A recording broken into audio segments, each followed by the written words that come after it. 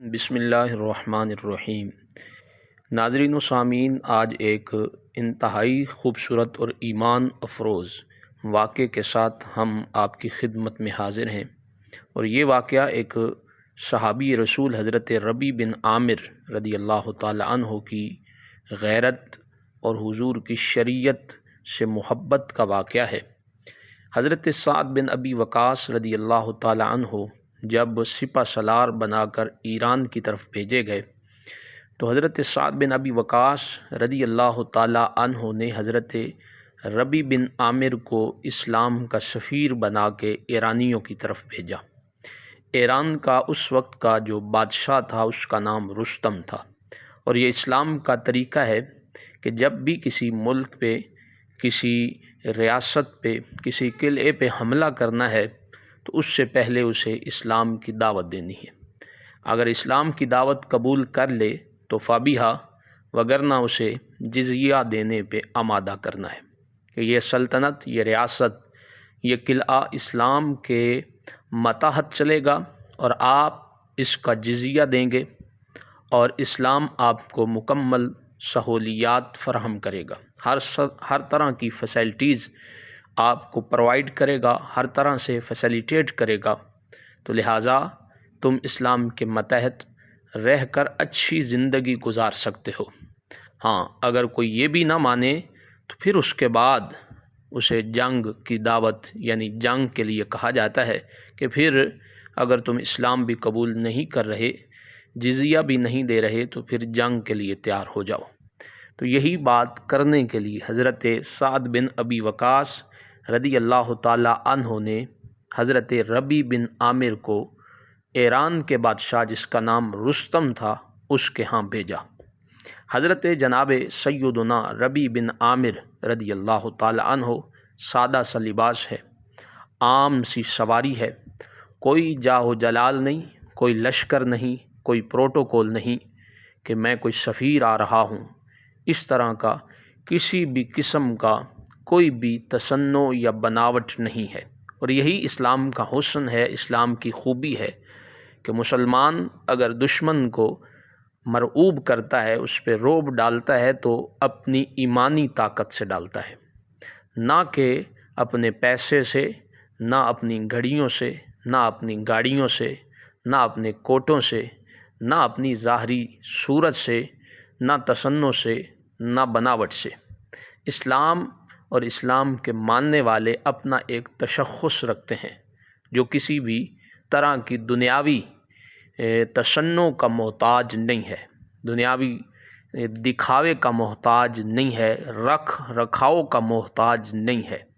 حضرت سیدنا ربیع بن عامر رضی اللہ تعالی عنہ جب ایران کے بادشاہ کے محل کے دروازے پہ پہنچے تو اس نے اپنی طرف سے بڑا شاندار استقبال آپ کا کیا،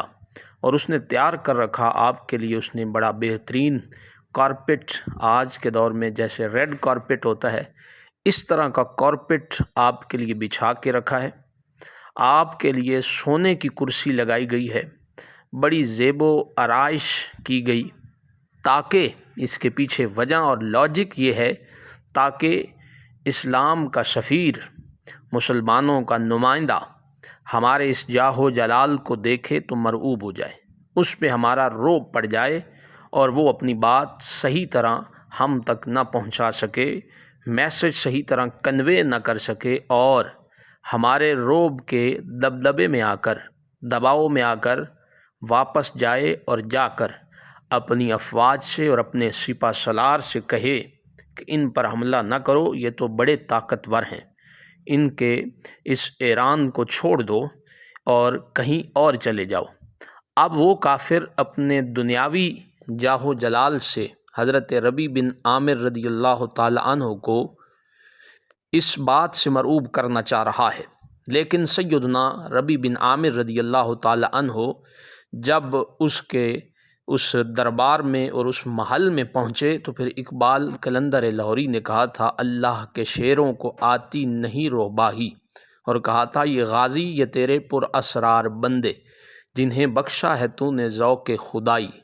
دو نیم ان کی ٹھوکر سے دریا و صحرا، پہاڑ جن کی ہیبت سے رائی۔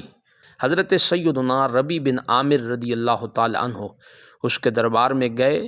تو آپ نے دیکھ لیا، بھانپ لیا اس کی چال کو، سمجھ آ گئی کہ اس نے میرے لیے سونے کی کرسی رکھی ہوئی ہے، ریڈ کارپیٹ بچھایا ہوا ہے، تاکہ میں اس پہ چلوں اور جا کر سونے کی کرسی پہ بیٹھ جاؤں اور میں اپنے نبی کی شریعت کی خلاف ورزی کروں، اپنے آقا و مولا صلی اللہ علیہ وآلہ وسلم کی شریعت سے بغاوت کروں۔ اب زمین پہ اس نے ریشم بچھا رکھا ہے، بیٹھنے کے لیے اس نے کرسی رکھی ہے، ریشم پہ چل کے آنا ہے اور سونے کی کرسی پہ بیٹھنا ہے۔ یہ دونوں چیزیں آقا علیہ السلام کی شریعت مطہرہ میں حرام ہیں مردوں پر، سونا بھی اور ریشم بھی۔ تو یہ وہ مرد تھے جنہوں نے سچے دل سے حضور کی غلامی قبول کی،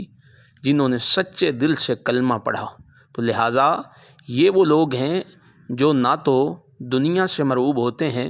نہ دنیا کی دولت سے مرعوب ہوتے ہیں، نہ دنیا کی اس چکا چوند زندگی سے مرعوب ہوتے ہیں۔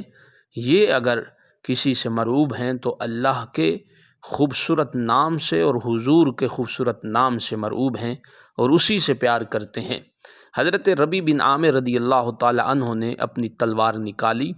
اور آپ نے تلوار کے ساتھ اس ریشم کے کارپیٹ پہ حملہ کیا اور اس کو پھاڑ دیا، پھاڑ کے اس کے دو حصے کیے، درمیان سے زمین کو نکال کے زمین پر چلتے ہوئے اس دربار کے اس بادشاہ کے سامنے آ کے کھڑے ہوئے۔ اس کے درباری،